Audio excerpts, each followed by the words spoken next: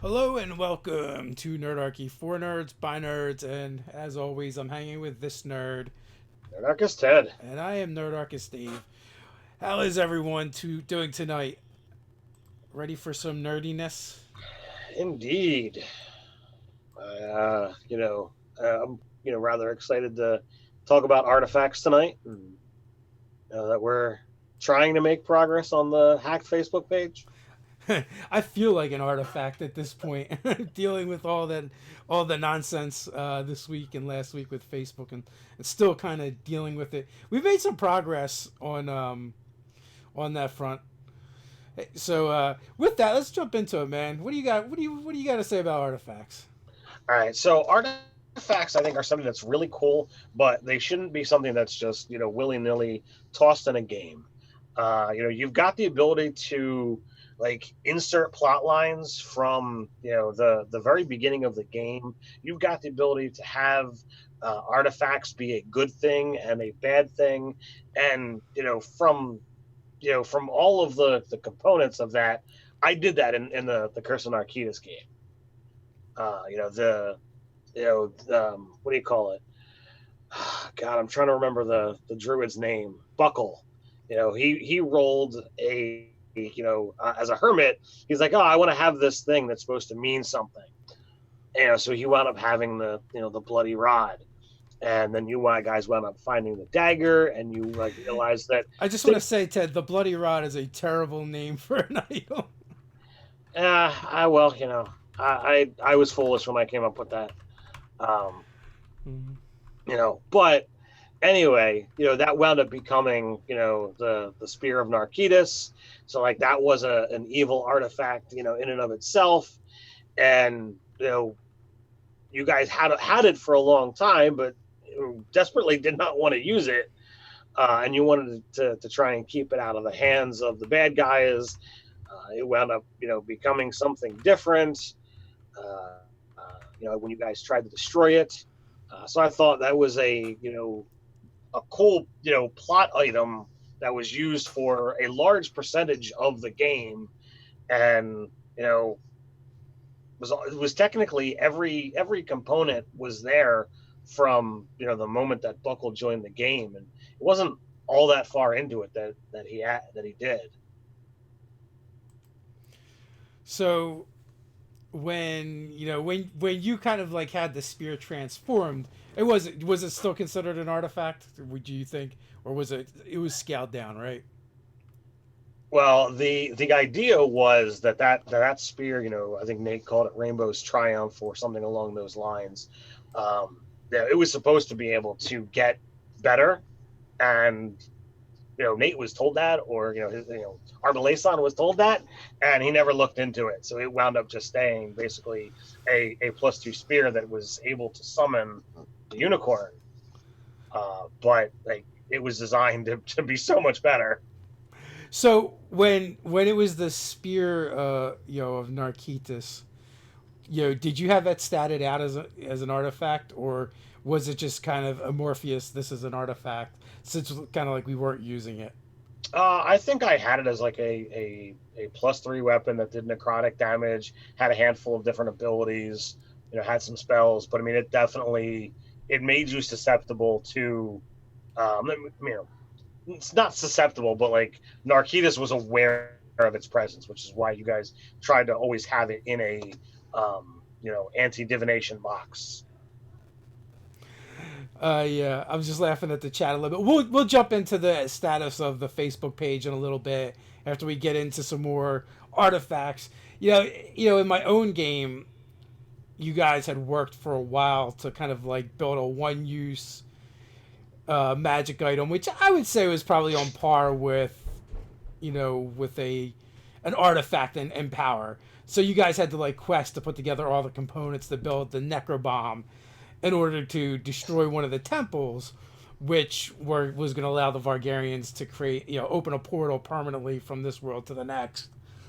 So, like, to me, that's like the best way to use artifacts. Kind of like the way you did, in the sense that it's there, it's in the game, but it was like a major component of the quest to one, see it destroyed. It's basically Lord of the Rings, right? We're trying to get it to Mount Doom and unmake the ring. Uh, I didn't even really make that correlation, but I mean that's definitely true. It's definitely there. I like the idea that there's tantalizing power, and when the spear tip was a dagger, when it was the spear.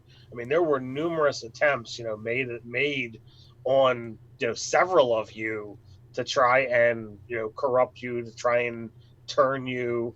And I thought it was, very, now that you pointed out, very reminiscent to that plot line of Lord of the Rings. yeah, I mean, right, all the way from the whole tempting us to use it, and also too, like we had to make the evil artifact, which is probably extra cruel on your part. We had to see it forged so that it could be unforged in sense. So that was like really unique and interesting, where the players had a choice.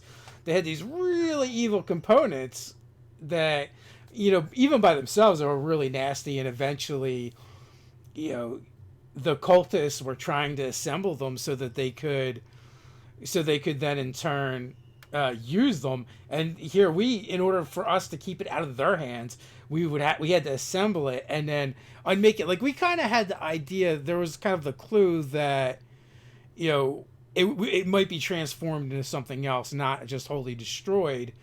So which was it was a pretty cool element to it, I must say. Well, thank you.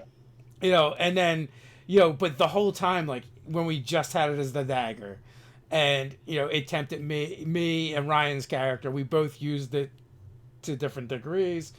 I feel like some of the other players were tempted at different times too. And then when it was forged into the spear, it was totally calling to the adventurers. I mean, and it was like several sessions. Like it was like, hey, do you want power? Do you want this?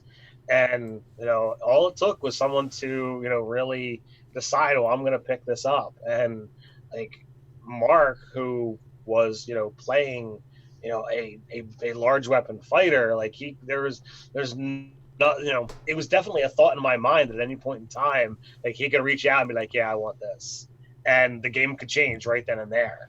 And, it's like, and though Mark is the player, it wasn't really that far out of the realm of possibility. It's kind of more surprising that he didn't grab it than. Well, had it been his brother might have gone, but he was more virtuous. The one who lived was more. Yeah, virtuous. The character might have been, but it was still Mark playing him. Well, there is that angle as well. But like I said, it was an ever present storyline that was there, and you've got a lot of you've got a lot to work with, and I'm still slowly putting together my Curse of Narquitas supplement. So I mean based on that, I mean I should actually go ahead and make sure that everything in its full versions are there.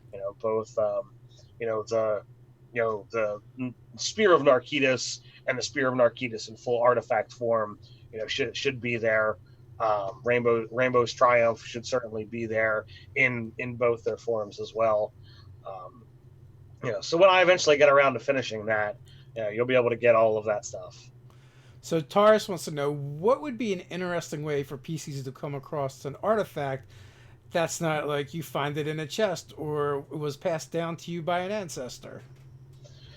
So I mean, it's not quite an artifact, but like the oath bow is a legendary item, right? Maybe. Or close to. I think items of great power, there needs to be some kind of significance. The reason I bring up oath bow is in the mini terrain domain game, the Dawnbringers. We just recently fought a dragon, and inside the treasure hoard was a bow that actually has the spirit of one of the players' moms imbued into it. So we've got a cool NPC that now follows us along and talks to us whenever she decides to come out. But like I think like there was like 3 sessions building up to it where she was hearing her mother's voice calling to her. And like we had no idea where it was coming from until like the end of the session before we all heard the voice. And it's like, oh man, what is going on? And my character hears voices all the time, so I wasn't too weirded out.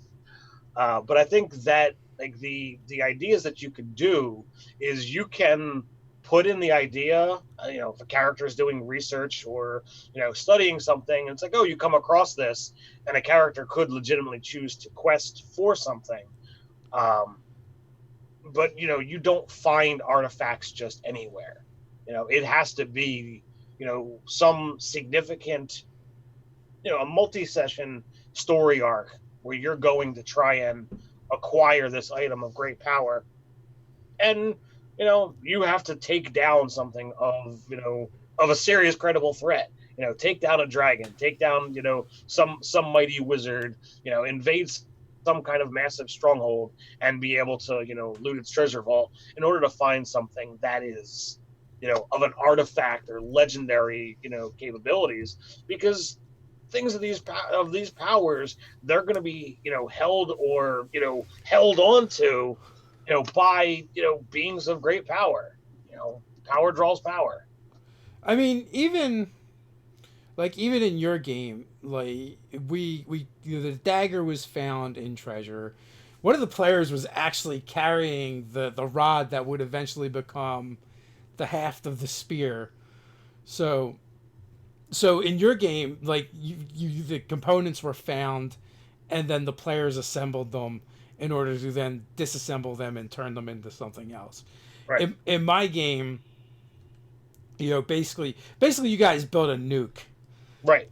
So it's almost, maybe it's only a legendary item because it was one use, but like you guys had to find a receptacle to have a ritual performed on it, while a unique, as in no other monsters like this one, Nothic, empowered it for like a full day with its necrotic gaze.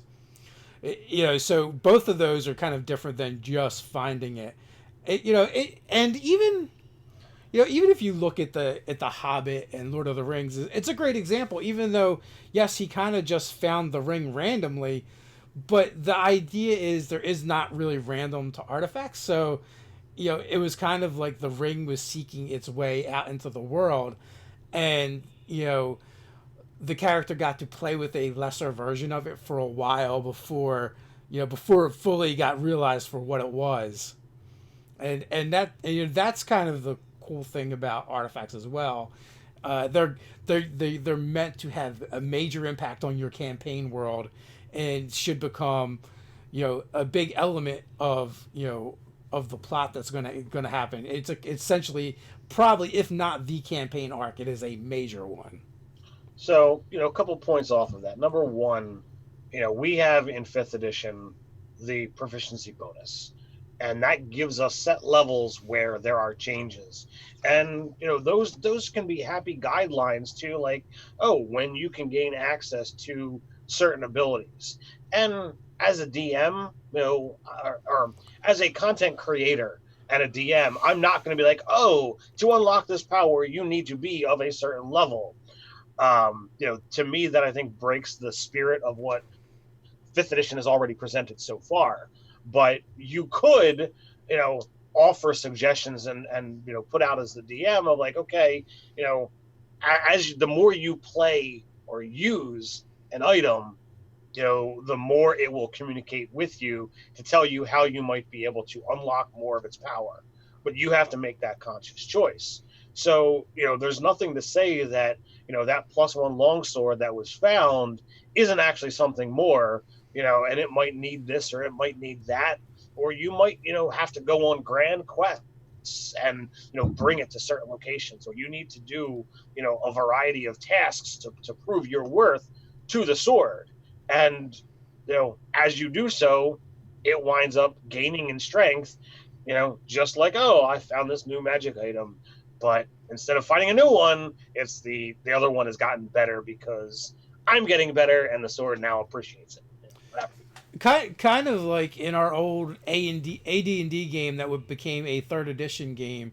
your character Tull Yeah, had Alana Patois. had a silver longsword that was a +0, +3 versus undead, and it had a stipulation on it that never was able to realize, where if you were to slay a vampire lord with it, it was going to fully awaken the weapon, which at that who knows, it was like 20 years ago we were playing that game, but the intent was it was going to be a very strong item, maybe not artifact level, but very close to it, if not artifact level. So so there's different ways like that you can introduce them into your game. Also, I think the idea is like, I feel like the world doesn't want these things to be found. Like the fates don't want these things to be found because they have such a huge impact upon the world. You would like gods would not want them found for sure. Because nothing, they're not going to want their influence to have any rivals. I think in the earlier days of D&D, where they were actually producing stats to gods, like I would agree with that. But going back to Tull's sword, the undead slayer, I would think that certain gods would want a sword of that kind of caliber to be out and about, because it's going to go, and it's going to serve their means well.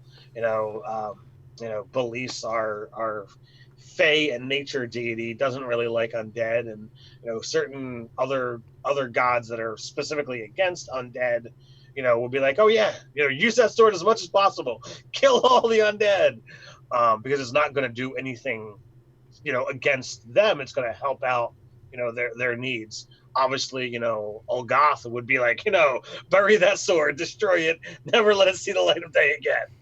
So like, undead gods and those that favor death, would be like, no, we don't want something like that. So there's always going to be the swing scale on things like that.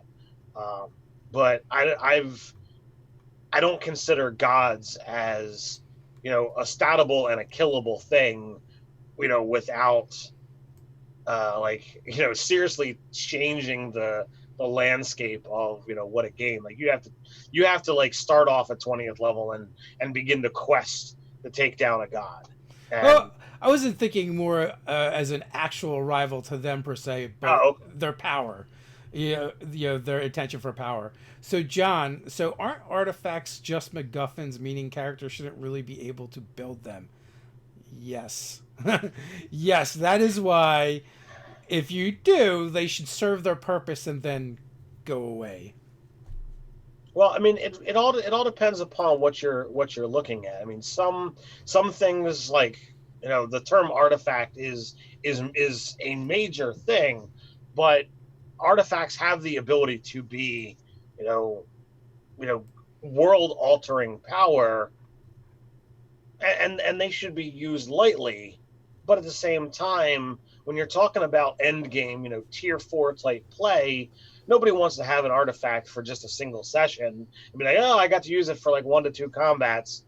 Like, you want to really be able to explore an item, if you're actually going to be able to get it. Which is why I think the whole idea of getting an item and having its power slowly grow over time is an absolutely fabulous way to use and introduce artifacts, because then you really, regardless of whether it's sentient or not, you can build a relationship with that item and really like, all right, I like this thing. I don't think the Chaos Cloak was anywhere near a artifact item in your Shattered Realm game, Dave. But I mean, there was definitely a relationship between my bugbear and the cloak. And I thought that was a really cool magic item to be like, hey, here's this thing, and you know, Absolutely. So, Brian Smith says Jumanji is an artifact, an evil one, but yeah, I would agree. I mean, That's pretty powerful. it's definitely a device that definitely uses plane shift and alter reality to a large degree. So, yeah, Elfbait having artifacts tied to kingdoms is a cool idea. We have an artifact in a game that was ties to the well-being of a kingdom. It was stolen. A grand chase ensued by many factions. I mean, that was kind of like Camelot, right? The quest for the Holy Grail was kind of based off of that. Like the kingdom, was tied to that, or at least they thought. And that. So that's kind of an old idea. Chris wants to know any recommendations on what the damage or effect would be in a D&D 5e of breaking an artifact. Example, breaking Gold Moon Staff in Dragons Autumn Twilight. A great place to start with that is the Staff of the Magi, Staff of Power, and probably you would go up from there. I would want to tie it to like what was the item about, what was the item for, and then kind of like scale it to the Staff of the Magi or beyond. So I would look at like, all right, number one, should the item be something that can be destroyed, or can it only be destroyed under certain circumstances, or with a certain item? Maybe it takes another artifact to actually destroy this thing. I think the more aggressive the item is, the more the more options you should have at an item being able to be destroyed. But with that being said, nothing should be easy to destroy an artifact. We're talking about items of beyond legendary proportions. These things have been around for a long time, or have been put together in such a way that, like, this is it. This is the culmination of everything that came to be for this one thing. Items that have been around for generations, or items that have been around for eons, I should say. They're not just a casual, hey, I happen to get a really good piece of metal and I forge it into something nice. So Bakasoni, I'm probably butchering that for sure. How to build relationships with an item that isn't sentient, and if the artifact is sentient, what about it turning against the PCs? Zero movement, but spells. Actually, usually when an item turns against the players, it's usually a contest of kind of like a wills with the item itself. And what'll happen is if the player loses, the item takes them over, basically possesses them. So I mean, you can look at how ghosts possess things, and try to work off of that, but understand that you're talking about an artifact. If you're using that kind of caliber, but I mean any magic item that is sentient can go down those roads. As Dave says, it's absolutely a thing that there's rules for it in the DMG. There's rules for it, and you can work with that. You can have a magic item that it has the ability. Maybe it doesn't grant the spell teleport to to its host, but should they ever come into odds and it's unable to be changed, then it just teleports away and poof, it's gone. A lot of times it's based on the nature of the item itself. Like if it's sentient, it's going to have a personality. So how it addresses those conflicts is going to be based on that personality. A chaotic evil item is going to have a very different way of doing things than maybe a lawful good item that is very honorable and duty bound. I think the more interesting part of this question is how to build relationships with an item that isn't sentient. You see it all the time, right? In media and stories. Jane from Firefly names his guns. That's pretty common. For a player to have to start off with an item, whether it's just a regular longsword or greatsword or something, and they have a story tied to it, like this. They didn't just buy it, but this is a sword that's been in my family for generations. Well, in the again, the Thursday night game over on Mini Terrain Domain, Jeremy's character is playing a dwarf, and he has a Maul named Gerta, and Gerta was bestowed to him by his grandfather, and he loves Gertha. It's his weapon. And when we recently found a new magic, or when we found magic items, he's like, do I go with the great axe or do I go with the maul? Great axe is a +2 weapon. Maul is not. And like he's literally torn because it's like, I know this is better, but at the same time, he's got Gertha. He refers to it, with the name as opposed to just a weapon. So you can build a relationship by having a story, by building out, what has it done prior to you having it, and what is it doing in your hands, and just like you would with a person, you build up this relationship. It's completely one-sided, but then again, if it's one-sided, it can't argue, it can't disagree. So it's going to just be like, all right, I want you to do this. You can get angry at it when you miss. Blame the weapon. You can be happy when you smash the head of your enemy and be like, yeah, see, that's what I'm talking about. So a couple things in the chat. Battle Hymn 63, John Crichton with Winona. Absolutely, I just finished watching Farscape, so I completely forgot about that, even though I just finished it. John Sallow, by definition, can there be an artifact that isn't sentient, an item powerful enough to be an artifact level? Can't really be inert, can it? Yes and no. Like they may not like be able to communicate, but they kind of do have a will of their own at the same time. So I mean, this is a perfect jumping off point.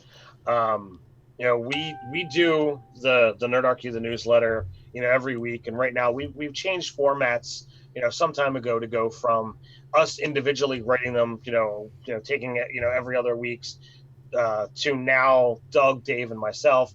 We have the theme, which is typically based off of what we do here, and then we assemble our own thoughts on that matter, and we put it into the newsletter. Well, obviously, if we're talking about artifacts now, the next one is going to be about that. And I've already put my mind together, and I made an artifact that it's not a sentient thing. It's going to bestow ideas and thoughts upon the person who attunes to it, but it's not going to have any kind of contest of wills. It's not going to try and take you over, but it will absolutely, if and there's all the rules are in there for it. If you aren't doing what it wants, it eventually gets to a breaking point and it walks away, literally. Walks out of your life. Yeah, we've definitely upgraded the newsletter. I think the content there is way better since we switched the format, which in the description you can find the link and sign up for that. It's free, and it also gives you another chance to game with Nerdarchy as well, if you're into that sort of thing. Also, too, I guess we'll go back to the artifacts, but we got a bunch of people on here, and people have asked, so I will bring up the Facebook situation real quick. So as many of you already know, we have a Facebook page. We post funny memes over there all the time. Except for the past week and a half. Except for the past week and a half. Apparently, it's been only gross out videos all day, every day, because the Nerdarchy Facebook page has been hijacked, and we are trying to get it back. So I was finally put back on as an admin today, which then I was able to put the rest of our team back in as admins. But we technically still do not own the page, so I think I can still just be kicked off again. So Facebook didn't really solve our problem. I've put in another support ticket. You won't have to worry about seeing the page at the moment. I've unpublished it, so it just exists in limbo until we turn it back on, essentially. Hopefully the forces of evils don't realize that. So even if they are posting gross videos over there and stuff, people don't have to see it. So yeah, that's where we are at with that. We are still fighting with Facebook kind of to get things right, but I feel like we've moved a step closer. But if within another week or so, if we have not figured out how to fix this, we're just going to delete the page and start over again. So When we do that, you folks will be the first to know. We'll let you know all about that. But unfortunately, it's just an annoying thing that we've had to contend with. So it's just a matter of time that we will get it straightened out one way or another, even if it means starting a new Facebook page. And if we got to start over, we start over, and crawl back up to the more than 40,000 Facebook peoples. Yeah, we've like rolled back 500 Facebook likes within the past week, so they're spinning down rapidly. It hurts, but I mean, we'll get it back if we can get this guy kicked off or person kicked off and get our page back. If not, we start over. Yeah, woo! And then do it again, but this time with feeling. No biggie. It was only like 5 years worth of work. All right, so back into artifacts, or we can take questions. Whatever you folks will want to do is fine by me.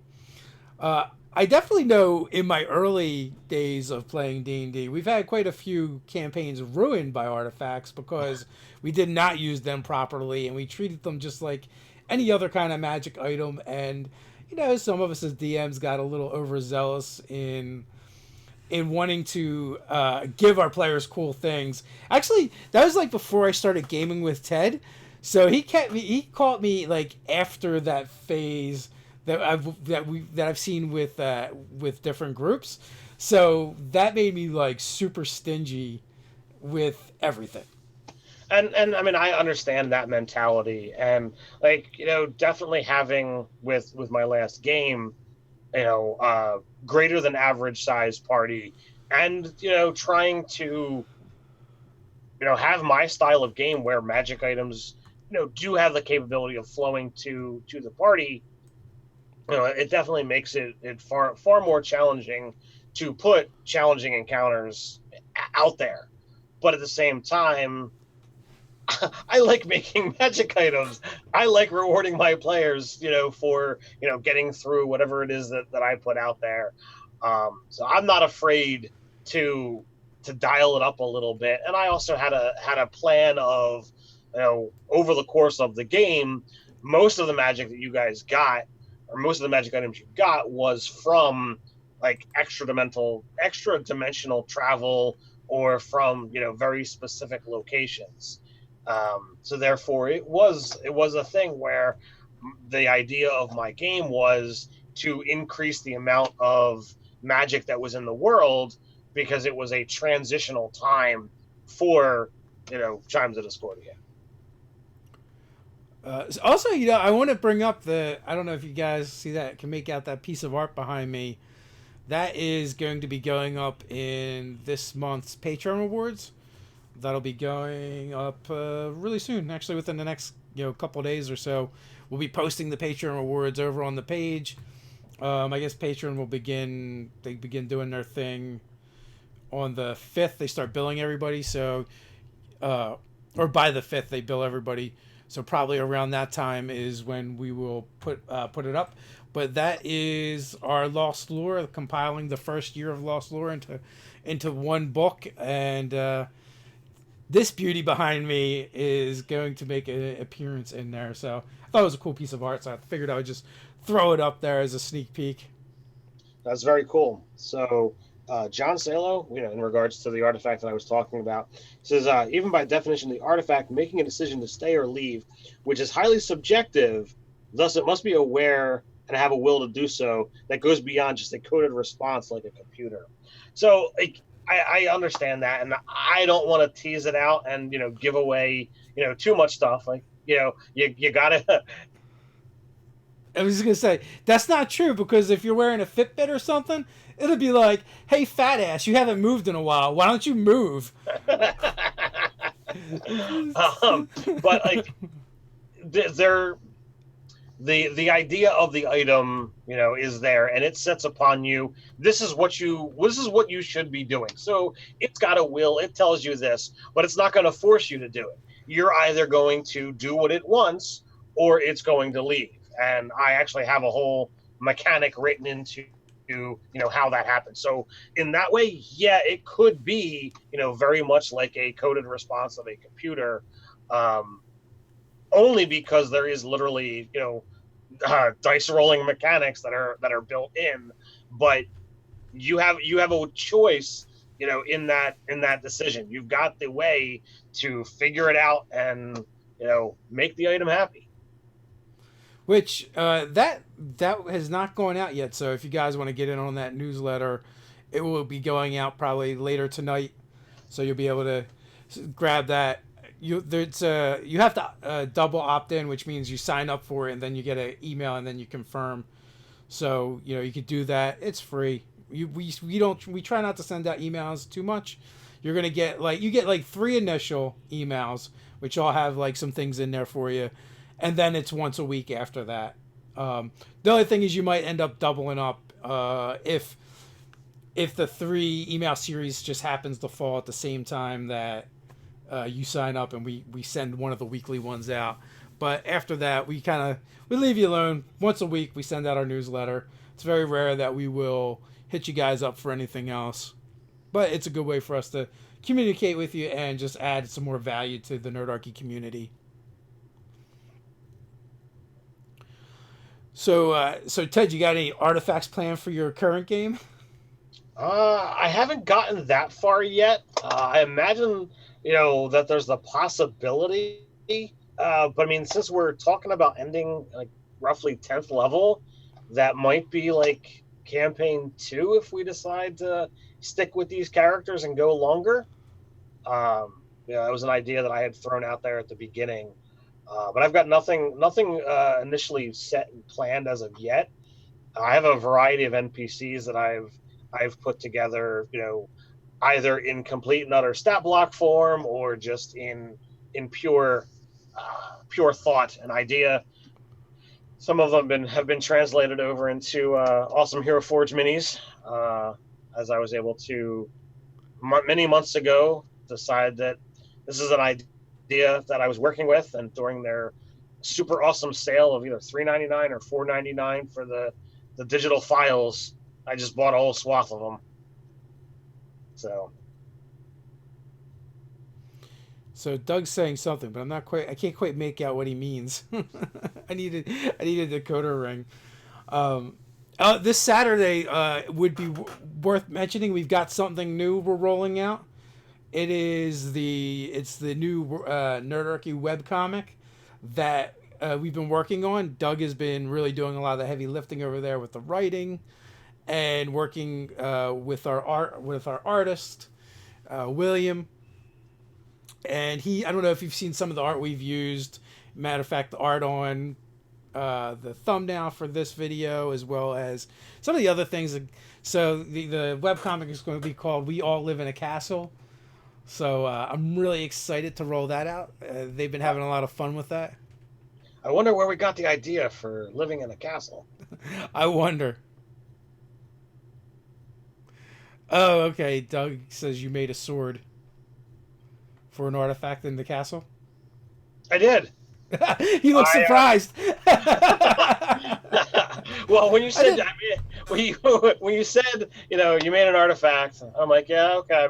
I made the one for the newsletter, and they're like, you made a sword, and I'm trying to remember where I made a sword, because like I know I've made all kinds of interesting stuff, and yes, for the Nerdarchy Castle, I felt inspired when I was making magic item treasures. That I'm like, you know what?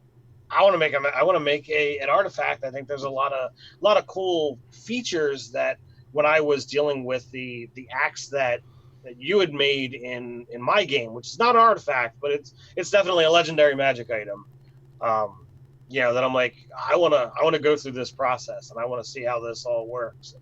I think I made a very fun and interesting sword, which is why I wanted to make a not weapon with the artifact for the newsletter. I think that like artifacts most of the time are very like in your face, very obvious, and I wanted to go a different route. Now in your game, there came a juncture where we had the opportunity to try and get whatever thing we wanted to get, and it was kind of like the build up to fighting Narcitus, the big boss. Mm-hmm. I must admit, I was a little tempted to try and get the Axe of Dwarvish Lords. But I really did like the axe that I had, and I've been using it for a long time.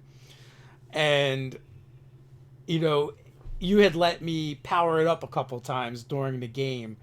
So it did kind of have some sentimental value. And not only that, it was my traditional axe that later got transformed into a stone axe. It was made of stone. So what you're saying is you built a relationship with your sentient magic item. I did. I absolutely did. Because of the fluke thing that happened and it transformed it and made it okay. And then, throughout the game, other things that happened to it. And, you let me actually craft more magic into it later on. So I became more and more vested in it, building more of a relationship with it. Had someone walked up to me and been like, this is the Axe of Dwarven Lords, wielded by every, the only the greatest of dwarves, I'd be like, I got an axe. Save it for someone who wants it. And all you had to do was, kind of, look dark and evil in your appearance by the end. Yeah, by the end, it did have a little bit of side effect that it did get on me. But, hey, other than that, was fine. I prefer, unique appearance. He basically looked like a drow dwarf. Yeah, only not so scrawny. I've debated, putting in a child of Uthengar and your wife that has been, essentially had some corruption from your time with the axe. Or that, his lineage from there on always looks like that. Because the side effect of wielding the axe that I have, it was infused with chaos magic at one point. That's what initially turned it from a steel axe into a weapon of stone and magic. And then later on, when we were given the opportunity to kind of power up and get better items, I instead asked for something to make my item better. And it also kind of went with my character's personality because he was a crafter. He was, a blacksmith. So he took that, and before he could finish the process, you had the city of Gryffindor invaded by evil necro bunnies. They were chaos-infused Alamirage, and it was my Easter-themed game. And as there were eggs, there were magic dire bunnies that were running around. Some were just fast and crazy, some were god awful horrible. And you decided, one of these black necro bunnies, you were going to, sever the horn. I think you took the eyes as well, and you had all of this like inset into the axe. And I'm like, all right, the ritual that you were going to do was going to make it a +2 weapon that was going to do something cool. And then you added these dark items, and I'm like, all right, he's going to get more power out of this, but there's definitely going to be a drawback. And I went through the table of drawbacks on, the magic items in the DMG a couple of times. I'm like, all right, I don't want to have this too detrimental, but there's got to be something, because this is dark. So they were cute fuzzy bunnies. How could they possibly be dark? Dude, they were doing like 8d6 necrotic damage when they stabbed you with their horns. There was nothing cute and fluffy about that. That's what I mean. It seemed like a good idea at the time. Cal Miller, what do you guys think about using a trio of Spheres of Annihilation as a 3-part artifact along with a staff to control them? That sounds like the whole plot of a campaign, where the villain's trying to get the staff, and then he has to find each of the spheres to take control of them. It just sounds like it's going to be a bad time for somebody. So I am hesitant to deal with anything when it comes to Spheres of Annihilation. But there's so much room inside them. There's so much room.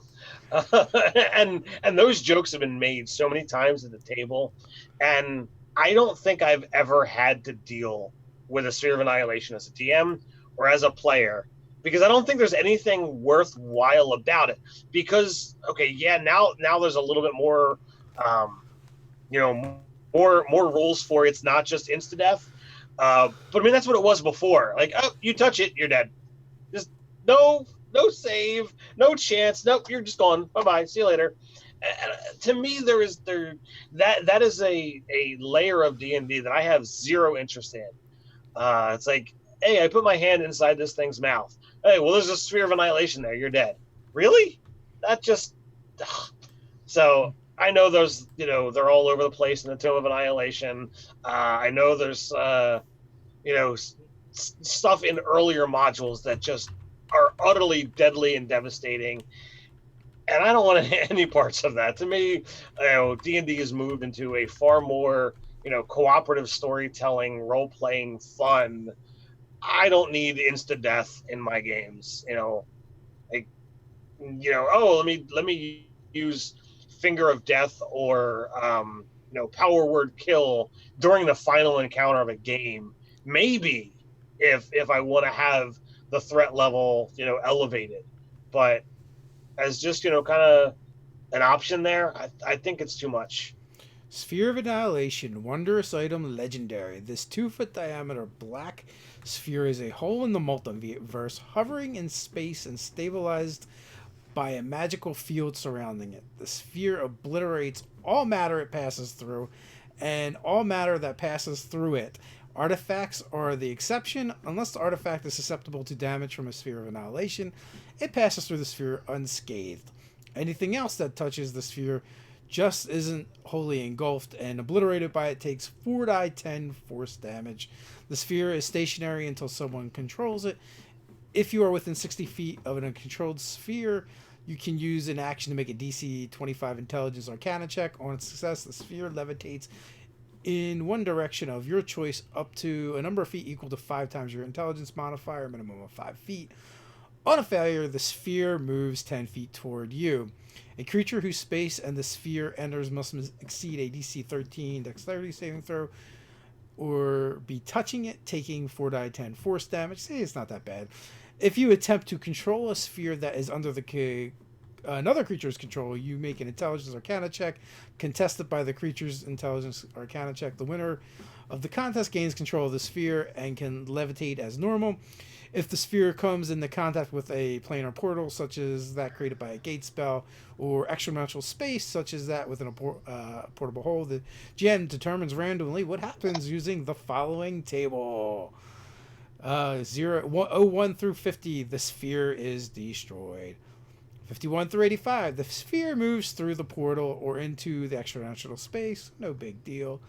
86 and above, a spatial rift sends each creature and object within 180 feet of the sphere, including the sphere, to a random plane of existence. It's not nearly as bad as it used to be. True, but I still think that's pretty horrific to kind of have as a random element. I think players are already going to be random enough in the things that they're doing that I don't need to be putting something in there that it's like, hey, you know what? Let's just talk about going to another plane today. Oops.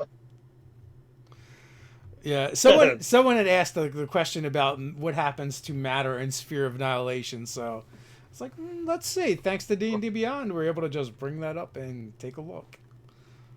So, yeah, 4d10 points of force damage until something's destroyed. It's definitely not what it used to be. Before, it used to be just it instantly killed you. There might have been a save versus death, though. I don't quite remember in how it was in first and second edition. I'm sure. I'm sure some of the old heads in the chat probably recall better than I do. I just know I've heard stories, and whether they're accurate or not is like that whole thing of like, hey, I put my hand in the thing's mouth to see if there's any treasure there, and it's like, all right, you're dead. Yeah. I think you had to actually find a way to get all the way into it. Like, it was small, but it wasn't so small that you couldn't figure out how to get in there if you were like a smaller creature. I know I had a character who was able to shrink, so they went in completely and were like, bam, destroyed. So Doug says he doesn't think there was a save. Yeah, I kind of feel like that was a thing too. Whatever touched the void was just gone. But we don't play like that anymore, apparently. Well, I think the game is better because of it. So I don't know. I think there's some fun. I think there's some fun to be had from like super hard mode sometimes. It's like anything. It's like, what do you do with it? How do you use it in the game? Like, I always remember the like super kill you hard type traps in earlier editions. Like, you had to work really hard to get yourself into a situation where it killed you. But like as players, you're like, oh, there must be something really good in there, or on the other side of this because it's so hard to get through. And really, it was just like a super elaborate death trap.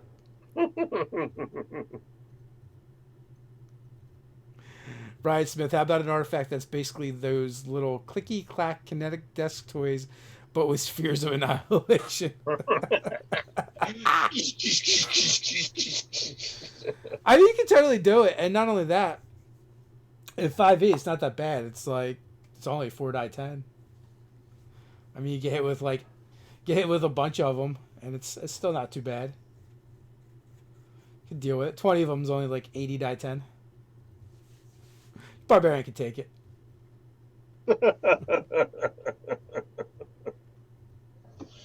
Elfbait says save or suck ruled. Yeah, I mean, I think it was a little liberal in the earlier editions, for sure. But I also feel like it's kind of cool to have a little bit of those elements there. To know that like things can just go completely south. Now in 5e you have to take a lot of damage all at once for that to happen. once you get to the higher levels, yeah, but early levels, it's actually pretty easy for something like that to happen. I think. I mean, you would still like, you guys are fourth level in my game, and like there was a pretty decent chance from the height that Mark's character fell that he could have just died outright because he hit 0 in the air. Oh, he would have died. I rolled the dice to see. I was like, yeah, that absolutely would have killed him. So I wound up rolling it later as well just to see, and I actually rolled really low. So I don't know what you had rolled, but I'm like, all right, you might have survived that. I rolled like 31 or 32, something like that. Okay, I don't know what his max hit points is, but I only got 22, and I'm like, all right, I think as a fourth level character, I think he's got at least 22 hit points. He does. I think he has 29. So it would have been close. You should have totally done it. it was only session 2. He's playing a thing that's not his normal, so I felt it would be giving him an out to go back to his standard. I got to swing a sword. Well, I mean, he's shooting arrows. I don't know. That's a lot different. So, Morik, better than the belt of gender chains. Ye old belt of masculinity, femininity. How I miss thee.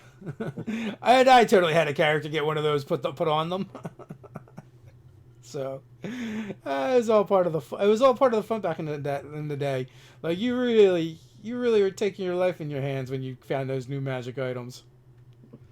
The early editions really loved the cursed items. I mean, this edition has them.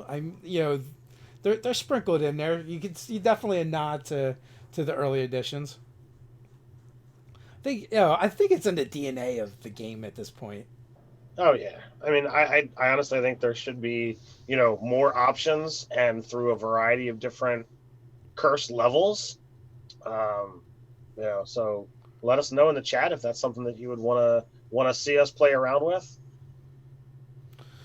Lewis, what about a Clockwork Companion for an artifact, say Clockwork Imp Fairy with a quirky personality? Few spell casting abilities might be entertaining. It absolutely would be. I don't know that it's an artifact per se. It could be an artifact in the sense that it's how rare and unique it is, but in its power level, it's not really an artifact. Really, you're just making a construct. So it'd be like an NPC, like any other kind of NPC. That being said, it would still be cool and fun, I'm sure. Especially if you're talking about an imp or a fairy, it'd be definitely be a cool kind of familiar type creature. So I mean, I tend to look at companions or familiars. Familiars are magically created. So I mean, they visually could really be anything that you want that falls into the same stat block that you have access to. So there's nothing to say that you can be like, all right, well, I've got a familiar and it's a frog, but because I'm a dragonborn, oh, it's a horned toad, so it's got scales and it's got points and whatever have you. Oh, I'm playing a warforged, so I want my familiar to be a clockwork whatever. Sure, I have no problem with it. It's the clockwork hoot from you know what I'm talking about, Dave. Oh, you're talking about the owl from Clash of the Yeah, Titans. that Clash of Titans. That's it. So yeah, So someone like else had mentioned it. What was it, Bobo or Bubo or something Bubo, like yeah. something like that? Yeah. And then So when they like remade it, there was like the Easter egg. They had it like in one of the shots, but like in the background as part of like treasure or something. right. So I mean, you could absolutely go in that kind of vein. Stats are all the same. It's just visually it's different and more thematic to the character. So I am absolutely all for that.